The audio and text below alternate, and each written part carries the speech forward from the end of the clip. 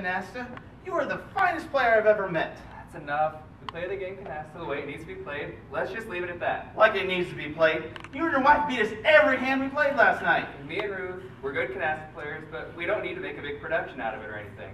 You know, I've been playing canasta for I don't know how long. I know. And I have never encountered anybody as good as you. You beat us every hand. Stop it. I bow to you, O great master of canasta. Stop it. Okay, fine.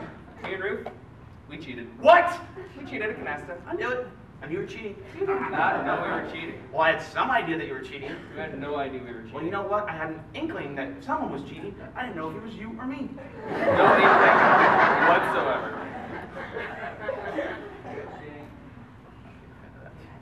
Whatever. Anyways, I think these people want to hear the story. Yeah, you think so? You want to hear the story? Everywhere we go, people are saying, you were there, tell us a story. And we say, doesn't matter, because we like to. Tell the story. No, I'm going to tell a story because I remember it like it was yesterday. You don't remember anything about yesterday? Yeah, I totally remember it like yesterday. Fine. What'd you have for lunch yesterday? Well, Nosy, if you must know, I had a salami sandwich on rye with a good Cobb salad because I enjoy a Cobb salad. You did not have any Cobb salad. Yeah, I did. Nope. You had a turkey sandwich and a little pickle. You know what? You're right. I don't even like Cobb salad. You hate Cobb salad. There's way too much Cobb. Anyway, better you should tell a story. All right. So there we were. All right, I'm going to stop you right there. Not a big fan of how you're telling the story. Go ahead. All right. So there we were. We were so nervous because it was the worst weekend of our lives.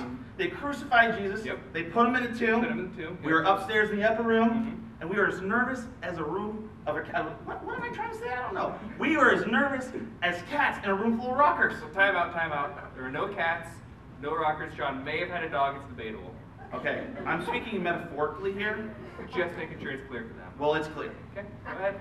Well, anyway, so we're as nervous as a... Well, we're shaking in our boots. Time out. Okay. We did not have any boots. We had sandals on. Again, I'm speaking metaphorically here. Making sure it's clear. Well, it's clear. Someone needs to get hooked on Phoenix. It's Phoenix. Well, yeah, whatever. So anyway, we're upstairs in the upper room, and we were scared. Yep. Because of what has happened. Yep. No cats, no rockers, no boots, maybe a dog, debatable, continue. Okay, whatever. Anyway, so we hear commotion outside. We hear Mary outside. Yeah, we hear Mary off in the distance. It sounds like she's yelling, "Beehive! Beehive!" I totally remember that. You remember? Yeah, because I'm allergic to bees and I don't want them around me. You are not allergic to any bees. Yes, I am. I puff up when I get stung. Okay, I've known you for 60 years. You do not puff up or anything like that. Yeah, I get red blotches where I get stung. No red blotch, not allergic whatsoever. Fine. When I get stung, I cry. I'll give you that. Anyway, so we're upstairs in the upper room. No bees whatsoever. No bees. Yes, I don't want them around me. Right. And then Mary bursts open the door, and she's yelling, "He's alive! He's alive!" No, Mary. Sweet Mary. God bless her. God bless her. Sometimes she gets a little bit confused. She gets a little confused. I think I remember telling you, she went to the wrong tomb. And so anyway, it's getting a little hectic up in the upper room, so we left. Yeah, we had a long road home. About 7 miles. To Emmaus. So we're walking and we're talking. Actually, we were talking and walking. Whatever. But we were talking about, what were we talking about again? We were talking about young Thaddeus. Yeah, but before that, we were talking about a pilot. How many chins he had. I said 6, you said 3. It was going on and on and on and on. The moral of that story is he was a large man. Anyway, so we're walking and we're talking. Excuse me. We're talking and walking. Well, anyway, whatever. We're talking about how young Thaddeus should go to parochial school. And you're like, no, he should go to public school. But I knew that he should go to parochial school because I was a superintendent for 30 years. You were not the superintendent of any school for 30 years. Yeah, I totally was a teacher for 20. Never a teacher. I was a janitor for 10.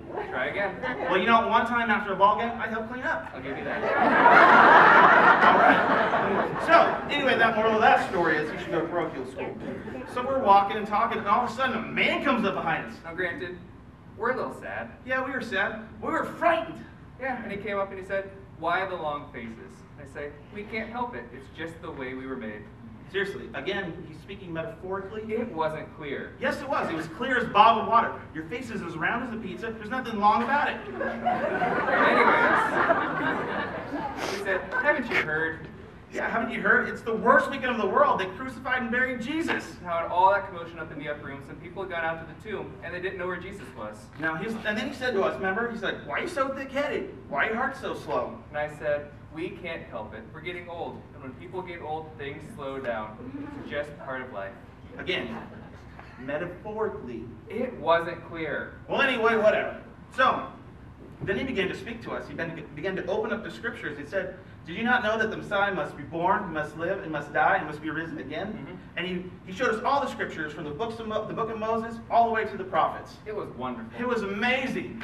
Yep. So anyways, then we come to this fork in the road. Yes, we came to a fork in the road. Now, to be clear, there was not a literal... Stop! we don't start. Okay. Just making sure it's clear. It's clear. So anyway, we were at that fork in the road, and I was like, hey, you want to come on over and have dinner with us?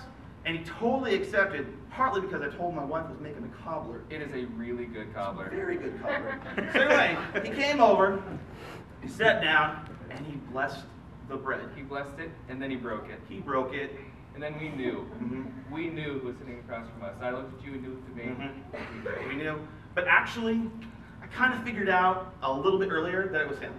You did not know who it was. He totally walked like Jesus. You have no idea how Jesus walked. Well, his voice sounded familiar. You had never heard him talk before. Okay, I had no clue who was him. I'll give you that. until he broke the bread. Yes, when he broke the bread. No mistake. We knew. Yes. We turned around to look. Poof. He was gone. He disappeared. And then I realized we had just been sitting and eating with the risen Lord. Oh, and we laughed. We cried. And we cried. And we laughed. Our hearts, they burned within us. Mm-hmm. I'll never ever tire of telling people that story. Mm-mm. That the Christ is alive, he is risen indeed. I'll give you that. Mm-hmm. Hey, you want to play some canasta? Actually, I don't, because you're a cheater. Fine. How about a good Cobb salad? Well, I am hungry, and I'd go for a Cobb salad. Let's go. Let's go.